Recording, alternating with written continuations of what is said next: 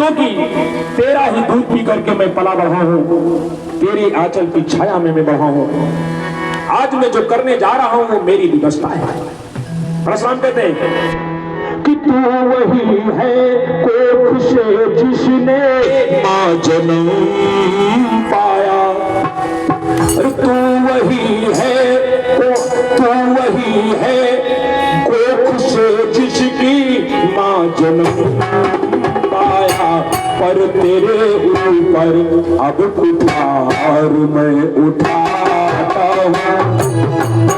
अरे वो बेटा बेटा नहीं जो मां को मार डाले, पर तेरे ऊपर अब कुठार मैं उठाता हूं। तुझे करके अपने हाथों तुझे यमलोक को पठाता हूं। तुझे करके मैं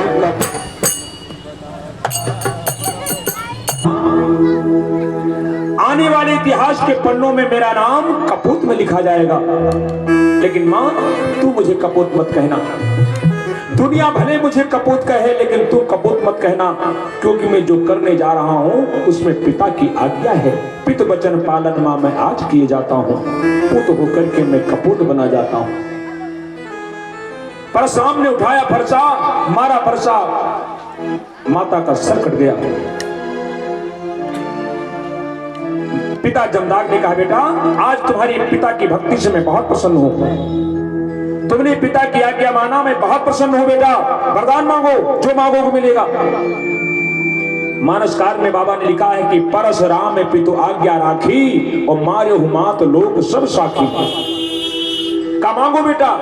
परशुराम ने कहा पिताजी अगर आप मुझे वरदान देना चाहते हैं तो ये वरदान दें कि मेरी मां पुनः जीवित हो जाए, मेरी मां जीवित हो जाए और मैंने जो किया है उनके साथ में वो सब भूल जाए, उन्हें याद न रहे। परशुराम के पिता प्रसन्न हुए और कहा एवं मस्त ऐसा ही होगा।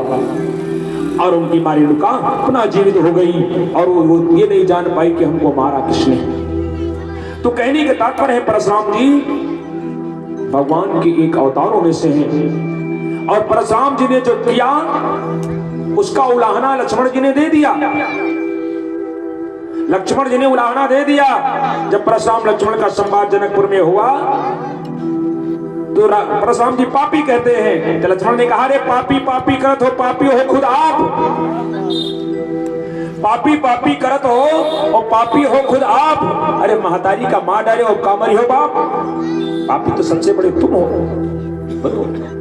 इस प्रकार भगवान परशुराम का दिया हुआ वो धनुष था, उसको कंस ने रखा था।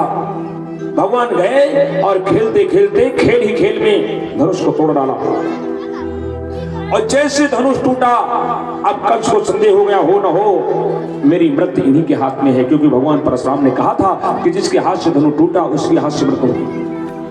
शाम हो गई, दोनों भाई वापस चले आए। दूसरे दिन सारी व्यवस्था कंस ने बना लिया कि दोनों भाइयों को कैसे मारना है।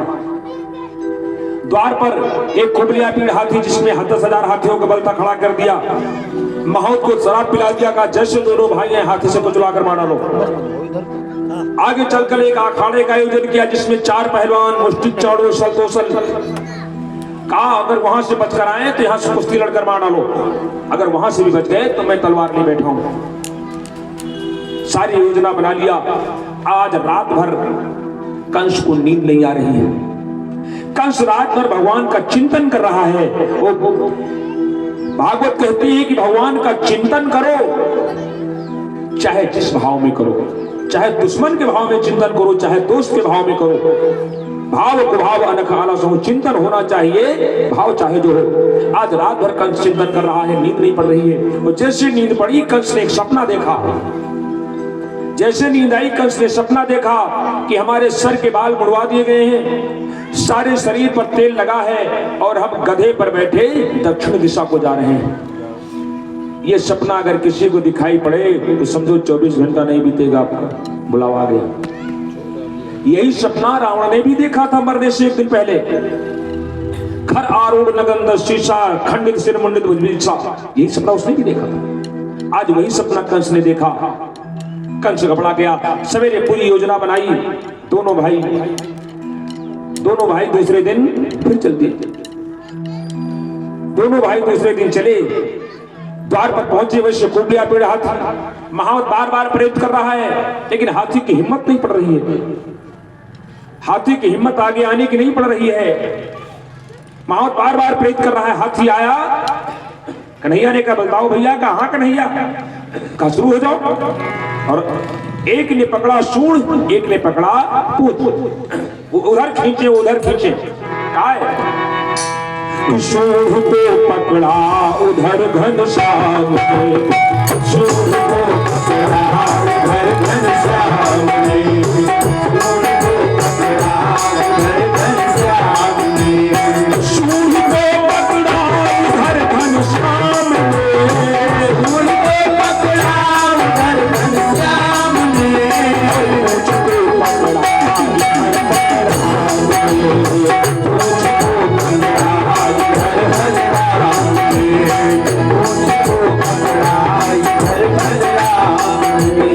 कन्हैया अपनी तरफ खींचते हैं, बलराम अपनी तरफ खींचते, हाथी धमर हो रहा है। जो चढ़ा जो बढ़ा जग दो कदम कद है वहाँ, जो बढ़ा जग दो कदम कद है वहाँ, जो बढ़ा जग दो कदम कद है वहाँ। हाथी ताकत लगा करके भगवान की ओर बढ़ा, वैसे लात से रोका उसे घनश्याम ने, लात से रोका उसे घनश्याम ने, लात से रोका उसे घनश्याम ने, लात से रोका उसे घनश्याम। भगवान ने कहा बदलाव भैया, कहाँ कन्हैया, तुम आ जाओ।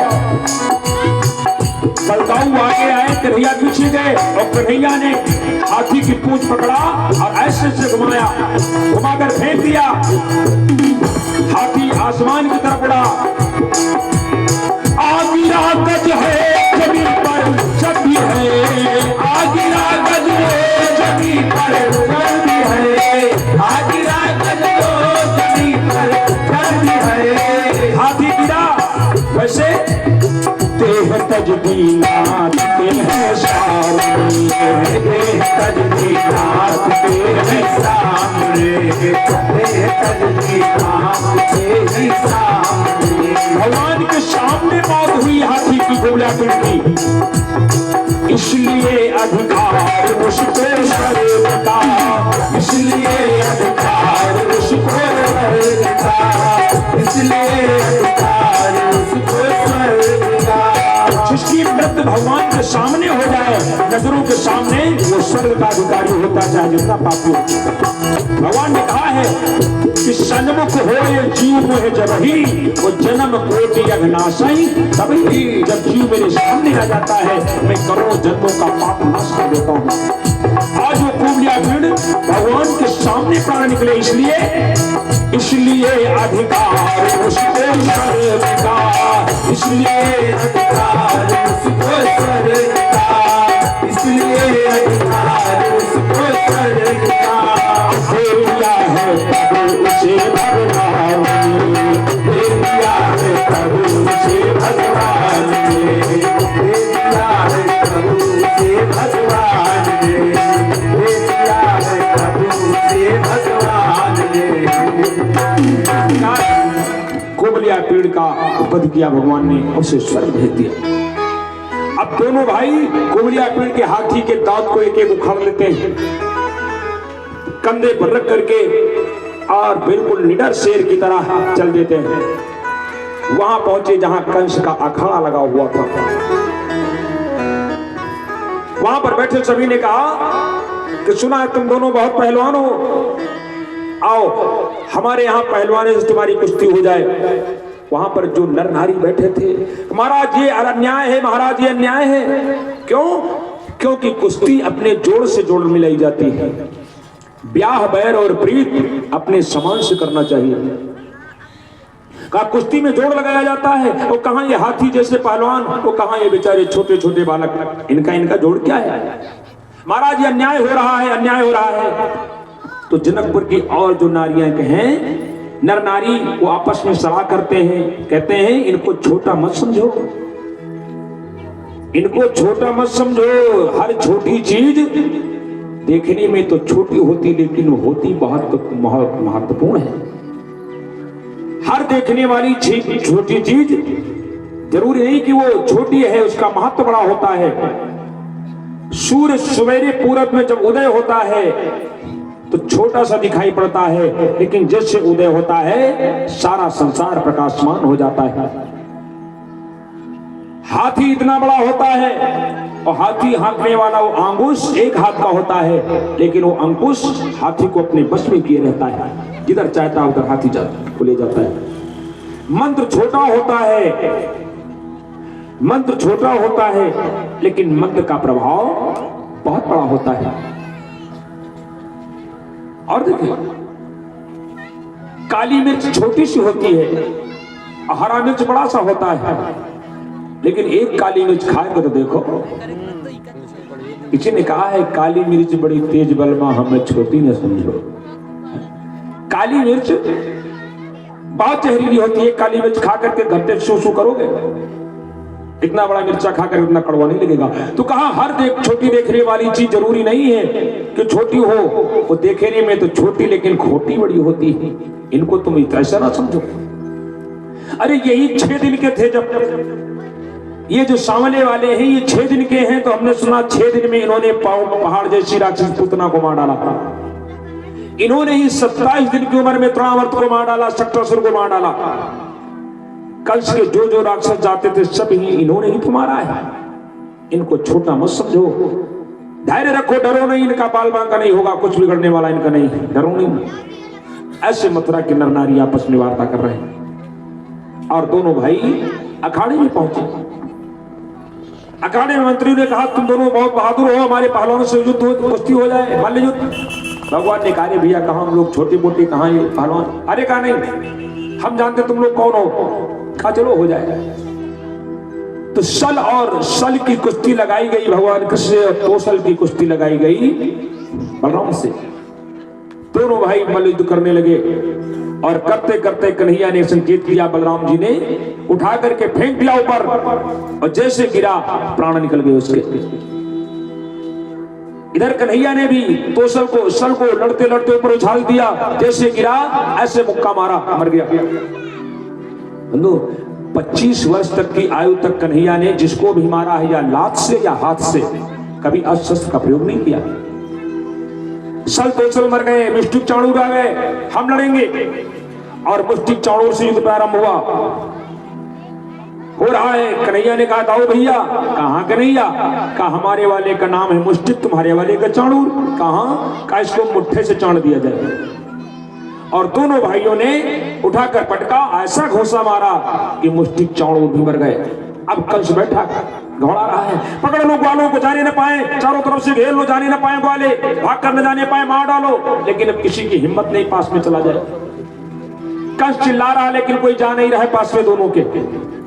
भगवान दौड़े दौड़े गए और कंस के सिंहासन पर पहुंचे और कंस के सिंहासन पर वहां पर हाथापाई हुई।